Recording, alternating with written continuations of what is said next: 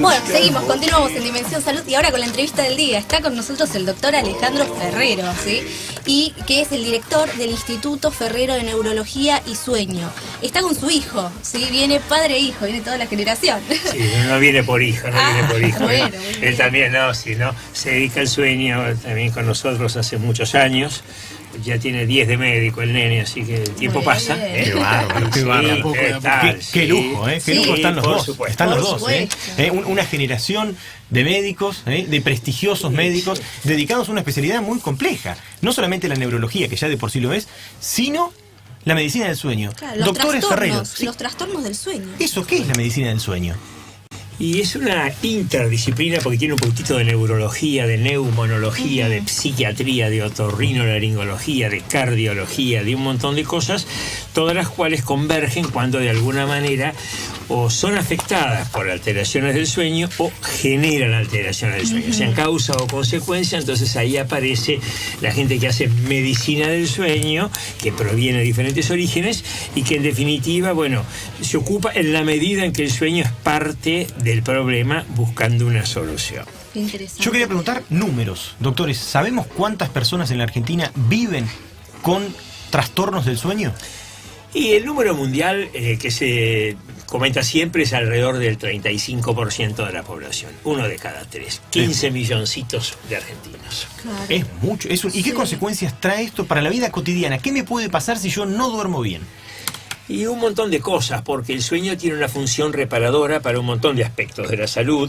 Tiene que ver con nuestra memoria, tiene que ver con nuestro estado de ánimo, con nuestra recuperación incluso física, muscular, etcétera.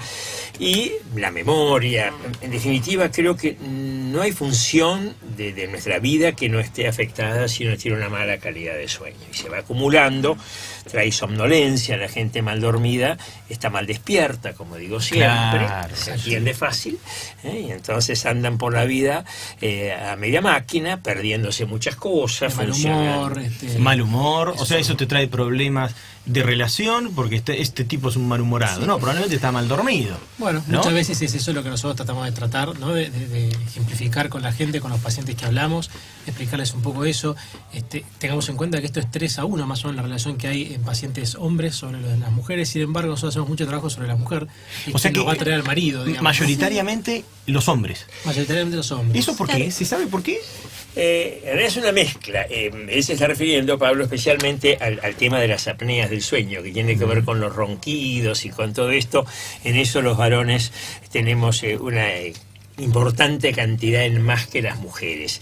Si uno lo viera, para que no parezca tan sesgada la cosa, si uno lo viera incluyendo el insomnio, en realidad las mujeres tienden a tener un sueño más superficial, a despertarse por cualquier cosa. Que se despiertan más rápido. Sí, porque están programadas en realidad, digo yo, en el buen sentido de la palabra, genéticamente están mucho más orientadas a estar alerta, alerta por los hijos, por toda la historia que eso conlleva, y que la persona siempre está pendiente de cualquier ruido, ¿no? Claro, y con los hijos, con los más chiquitos, ¿suele también ocurrir que tengan somnolencia o...? Sí, los chicos tienen muchos problemas de sueño, menos que los adultos, ciertamente, pero por supuesto que hay muchos chicos que duermen mal. En realidad, si uno quisiera hacer un rápido resumen, diríamos que están los recién nacidos. Los recién nacidos tienen especialmente esos problemas tan graves que a veces terminan en las muertes súbitas, las muertes blancas, que eso es un problema de maduración cerebral. No manda la orden de respirar y el chiquito durmiendo deja de respirar y deja y fallece. Después hay unos chicos que uno diría de 3, 5, 7, 8, 10, 12 años, que lo diría a los chicos, que tienen no demasiados problemas de sueño estadísticamente, pero que hoy en día se los reconoce como una población que merece que se le preste atención, porque hay chicos con problemas de sueño, a veces incluso familiares o culturales, etcétera. Pero la gran población que se ha incorporado a la medicina del sueño son los adolescentes. Los adolescentes son las víctimas principales de un problema cultural, que es que hay que vivir de noche, ¿no? A los adolescentes les gusta vivir de noche porque los adultos dormimos, entonces no los vigilamos. La casa está más grande. Claro, exactamente. Entonces, pero aquí no tendríamos como base una patología, sino que en realidad sería un mal hábito. Sí, por supuesto. Es un mal ¿Qué va hábito. primero, no?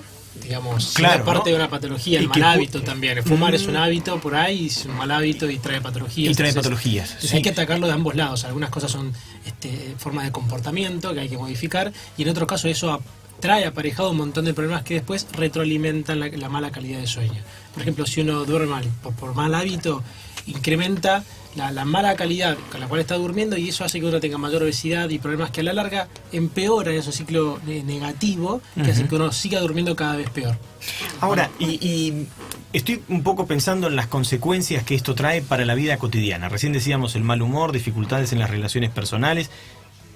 Por ejemplo, manejo mi auto y he dormido mal la noche anterior. Esto tiene una consecuencia directa ya no solo conmigo, sino que soy un peligro que viene con 2 toneladas por Avenida del Libertador. O 60 personas arriba, ¿no? O 60 personas arriba. Claro, hacia ahí era la segunda parte, ¿no? ¿Qué pasa con los conductores profesionales? ¿Esto está previsto en nuestro país? ¿Hay algo al respecto? No, esto no está previsto claramente. Se han hecho un montón de acercamientos. Ayer estaba charlando con la gente de la Comisión Nacional de Regulación del Transporte, la CNRT, ese teléfono que está pegado a todos los colectivos, que es un organismo que hace muchos años está en esto. A ellos les toca otorgar las licencias y demás.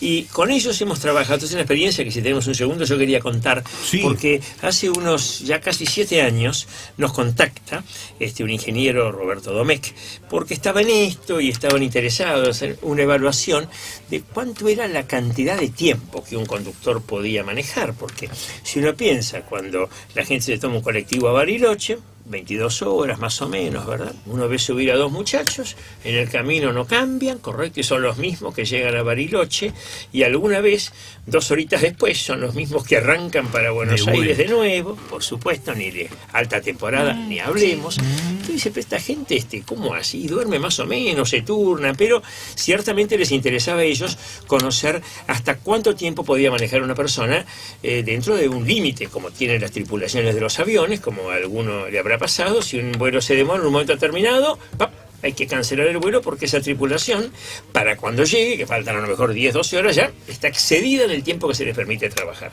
Claro. Absolutamente recomendable. Esto en el transporte terrestre no está previsto.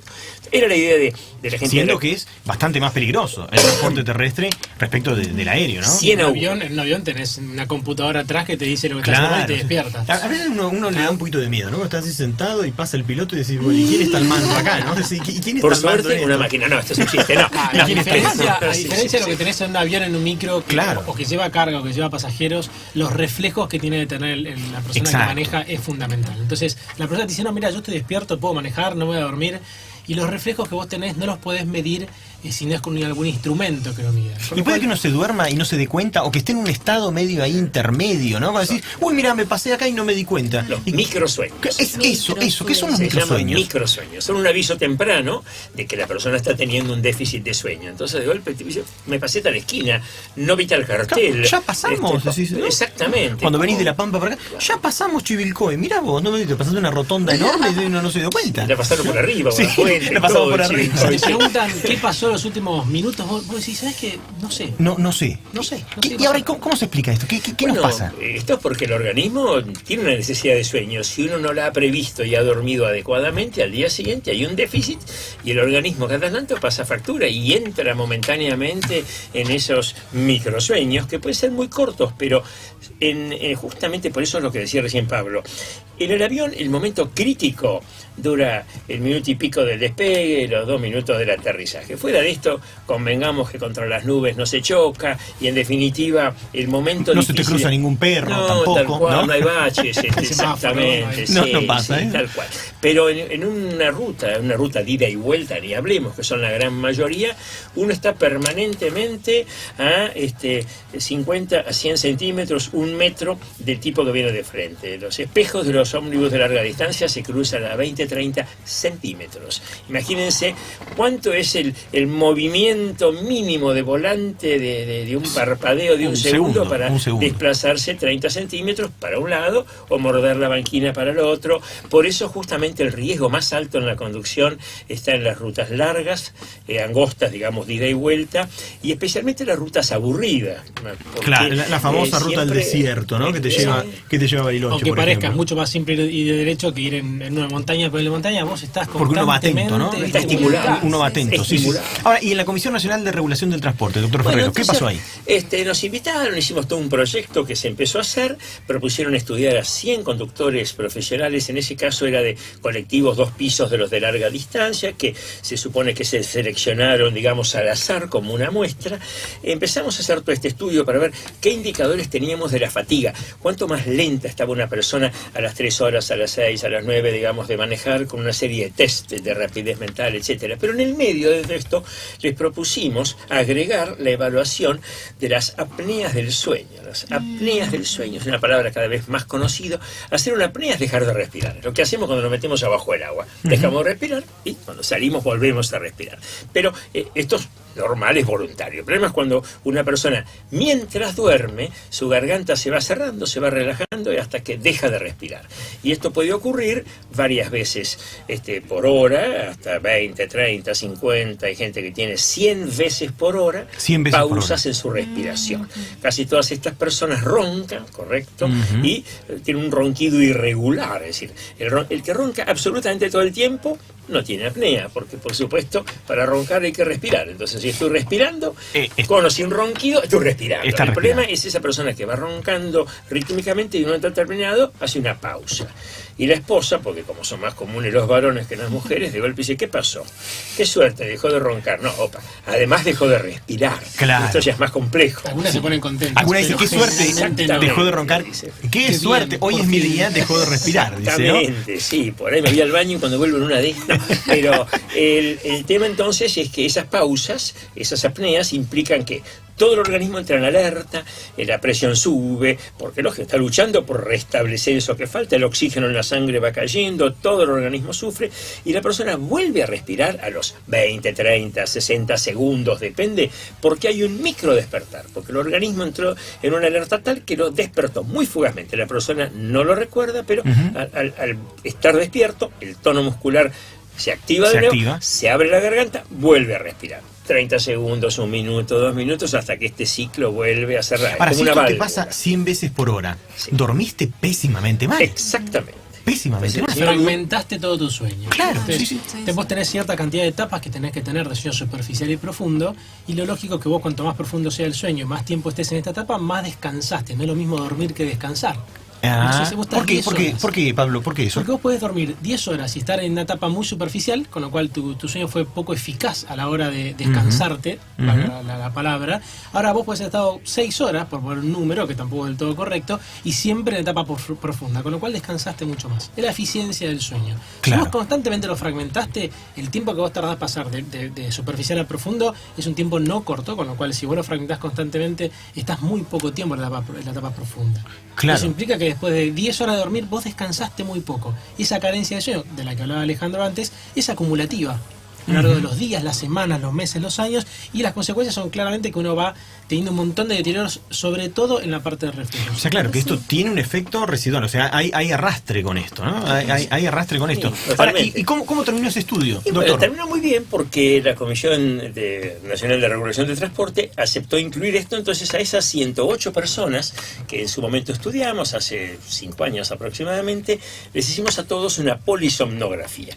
Durmieron en un laboratorio de sueño, que es una cama y una almohada. Dice laboratorio 1, pero en definitiva es una especie de dormitorio donde la persona está conectada con un montón de cables para saber qué ocurre con su cerebro, su respiración, su corazón, etcétera, el oxígeno, un cardiograma. Bien. Parece complejo, pero no lo es tanto. O sea, si uno va y duerme en un laboratorio de sueño, de movida parece raro, pero no lo es tanto. Uno puede dormir normalmente. Dormir con unos cuantos cables. Yo creo que debe ser Bien. peor dormir con ruleros, lo han hecho. Claro, sí, exacto. O dormir con Para estar al otro pepinos día. en los párpados, es bastante más complejo. Cremas y todas las con cosas. cremas, ¿no? Cremas, estamos las bigoteras de antes, pero en definitiva no mata a nadie, no es un estudio molesto ni mucho menos peligroso. Siempre digo, lo peligroso es dormir en casa, ¿no? En un laboratorio de sueño es muy seguro dormir porque está todo bajo control. Está todo bajo control. Por supuesto, pero entonces aceptaron hacer este estudio y los resultados fueron que el 27% de estos conductores tenían apneas entre moderadas y severas, más otro 20 y pico % que las tenía leves. Las leves todavía no hacen tanto impacto, es un camino, ¿no? Después, Claro. tarde o temprano terminan aumentando. Entonces, bueno, con razón, estas personas referían somnolencia, lentitud, con toda sinceridad. La verdad que tuvimos charlas muy lindas, personales con esta gente, porque siempre uno dice que no lo vayan a vivir como algo persecutorio, peligroso, que no, a ver si me encuentran esto y pierdo mi trabajo, porque esto es como el que tiene que usar anteojos, ¿no? Como el que les habla, que bueno, mi registro dice debe usar anteojos. Y yo puedo manejar como cualquiera, en la medida que tenga anteojos. En la medida que tenga los anteojos. El señor que tiene apneas de sueño es una persona que está él en riesgo y pone en riesgo a los demás. Esto es muy importante, por eso se considera una cuestión de salud pública, porque impacta a los demás, no es nada más una cuestión privada. El señor al manejar puede dañar a otros. Entonces, esta persona, una vez que hace el tratamiento, que es dormir con un aparatito que sopla aire, no es oxígeno ni nada, una mascarita que sopla aire, parece una especie de nebulizador, al soplar aire mantiene abierta la garganta, deja de tener apneas, entonces deja de roncar, que es la primera buena noticia, pero además empieza a estar descansado, empieza a tener noches normales y días normales. Deja de tener somnolencia, deja de ser un peligro para él y para los demás, deja de tener riesgo cardíaco, porque las apneas triplican el riesgo de infartos. Mirá. Pequeño detalle, y de accidentes cerebrovasculares, porque esto es un castigo como la gota de agua de la piedra, ¿no? Claro. Todas las horas de todas las noches de la vida de una persona. Entonces, cuando se lo corrige, esa persona real empieza una vida nueva. Hay testimonios que uno tiene, personas que no lo pueden creer, dicen, ¿cómo yo podía estar así? Entonces, bueno, con la comisión, así termino el cuento, les pareció muy interesante, empezamos a equipar a estos conductores con equipos de CPAP, y todo iba muy bien hasta que hubo un trágico accidente en Once, la famosa tragedia de Once, cuya inmediata consecuencia fue el relevamiento de personas que estaban a cargo de la Comisión del Transporte, con lo cual las nuevas autoridades prefirieron seguir otros proyectos y no lo retomaron. Atención, Comisión Nacional. Pero ayer Nacional. he tenido una interesante charla con una de las personas que estaba allá, porque el ingeniero que en aquella oportunidad nos había contactado inicialmente, el ingeniero Roberto Domecq, un hombre de larga trayectoria en todo esto, actualmente hace muy poquitos meses es el director de la Comisión Nacional de Regulación del Transporte. ¡Qué maravilla! Con lo cual podemos reanudar entonces. Exactamente, hay una gran expectativa para retomar todo este tema. Ellos les había quedado el concepto, habían incluido algunos controles, pero no existía y no existe hoy una legislación que diga que una persona con apneas de sueño, siempre moderadas a severas, no hay que separarlas, que son poquita cosa, realmente puede manejar sin controlarlas. Es decir, una persona ciega no puede manejar, una persona sorda no puede manejar, pero alguien que se duerme cada 3 minutos en cualquier semáforo, no hay ley que diga usted no puede manejar. Atención, ¿Y atención esto con puede esto. ocurrir de que sea hereditario? ¿Que la causa sea hereditaria? Hay una tendencia hereditaria, sí, hay una tendencia hereditaria. Y Alejandro, ¿hay experiencias en el mundo? Sí, hay mucha experiencia en el mundo. O sea que podríamos copiar esto, ¿no? Más que podríamos tomar alguna idea. ¿Cómo cuál, varias, por ejemplo? sí, ¿Cómo sí, cuál? sí. Hay muchas experiencias y les cuento la principal, que creo que es muy interesante desarrollarla 2 minutos aquí. Gracias al aporte de varias personas que se han sumado a todo esto, se viene una reunión en el Senado de la Nación este próximo 23 de agosto en la mañana, una convocatoria que comenzó el senador Juan Carlos Marino de La Pampa, un hombre que recogió esta iniciativa para gran alegría nuestra y de la Asociación de Medicina Respiratoria, etcétera. La Academia Nacional de Medicina hace unos minutos me confirmó formalmente que ellos son también parte de los organizadores, la Asociación Médica Argentina, porque para los médicos no hay la menor de las dudas, es una barbaridad que no haya algún modo de controlar y de monitorear esta situación, específicamente los conductores profesionales. Por supuesto que debería ser en todos los conductores, pero por lo menos, primerísimo paso, en los conductores profesionales. Bueno, hay que llamarlo Marino la semana que viene. Hay que llamarlo Marino y la semana que atentos viene. todos nuestros oyentes y los que nos están viendo Entonces, por YouTube, 23 de agosto, en el 23 de Congreso. agosto en el Congreso, Vale, en el Salón Ilia. En el Salón Ilia del Senado. Necesitamos que alguien esté de nuestro lado que entienda esta problemática y que forme parte de la solución, son los gremios. Sepan que la gente que conforma esos gremios, que son los trabajadores que están manejando, son las primeras personas que van a tener la consecuencia al momento de chocar y tener un accidente. Ahí está. ¿A quién llamamos la semana que viene? ¿A quién llamamos desde acá, desde Dimensión Moyano, Salud? a Moyano. A Moyano. Vamos a tener que Moyano. llamar a Moyano. Pero por supuesto, Llamamos a Moyano. por supuesto, estoy seguro que de la esto UTA a Fernández. La ¿no? UTA Fernández estuvo, yo lo conocí a Fernández, una persona encantadora realmente en aquella época de la CNRT, y nos contaba, y sí, doctor, la verdad, porque él condujo muchos años, es alguien que viene viene realmente de la profesión. Y sí, a veces no sabemos qué hacer, abrimos la ventana, tomamos café, Claro. O porque luchar abusan contra el sueño cuando se está ahí, que no puede el señor decir, un camionero puede dárselo decir, paro en la banquina. Claro. Y hasta que no me sienta bien, no decir, señor, que está con un horario. Claro, que venís con horario, que todo venís con carga. pasajeros que quieren llegar, entonces es una presión. Y eso para genera, también si no, el chofer. un abuso en el consumo de café, un abuso en el tabaco, ¿no? Para mantenerse despierto, ¿no? Y Che, los conductores qué con bárbaro. apneas triplican por lo menos los accidentes mortales. Los índices, hay quienes dicen más, pero por lo menos el 300% respecto a una persona común. Se considera que 20% de los accidentes mortales en ruta son ocasionados por la somnolencia de estas apneas de sueño. 20% De los accidentes en ruta son ocasionados por esto. Che, Yo eso- siempre hago el eso- comentario, que ustedes lo habrán leído en la radio, en el diario, del accidente X del camión, del ómnibus, dice, por razones que se desconocen, el conductor perdió el control del vehículo, y ahí termina. Yo digo, se desconocen porque nadie pudo medir en ese momento, pero yo sí las conozco. Seguramente se durmió, ¿correcto? Claro. Porque es la hipótesis racional, sino que sin ningún motivo de golpe, está todo estudiado, cuando no hay huellas de frenada, los accidentes solitarios, de golpe apareció un árbol. Claro, No es claro. que esquivó nada. Bien, esos son casi todos debidos a somnolencia. Y viene a esta reunión en el Senado el doctor Daniel Rodenstein. Rodenstein Viene el doctor es una Rodenstein. autoridad, sí, estuve en contacto varias veces con él. Rodenstein es argentino, se graduó en mi época en el 72 y se fue muy pronto a Europa, estuvo en Lovaina, en varias universidades, hizo una carrera descomunal y es una autoridad en esta clase de cosas. Él es neumonólogo en todo lo que es la somnolencia por apneas y los accidentes. De hecho, fue el autor, como secretario de una comisión de expertas europea, de toda la reglamentación para el control de estas apneas, de esto que estamos impulsando ahora, y que fue aceptada por los 28 países de la comunidad desde el 31 de diciembre pasado. Así que en Europa, 28 países, ya existían unos cuantos, pero los 28 como bloque lo han puesto en marcha hace 7 meses escasos por un trabajo muy cuidadoso que ha hecho este doctor Rodenstein, que vamos a tener en el Senado planteando esto, a ver si también se interesan, digamos, y lo conocen, ¿no? Y lo los vamos a acompañar, senadores por y supuesto, Sí, el sí, 23 de agosto en el Salón Azul, en el Salón Ilia en el Congreso. en el Salón Ilia del Senado.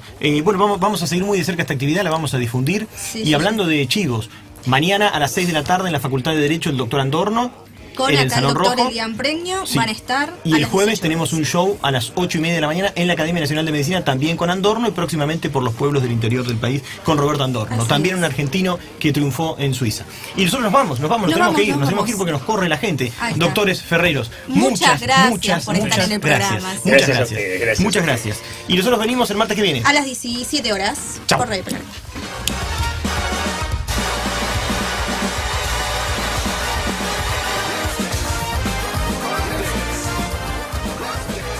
Te acompañamos donde quiera que estés.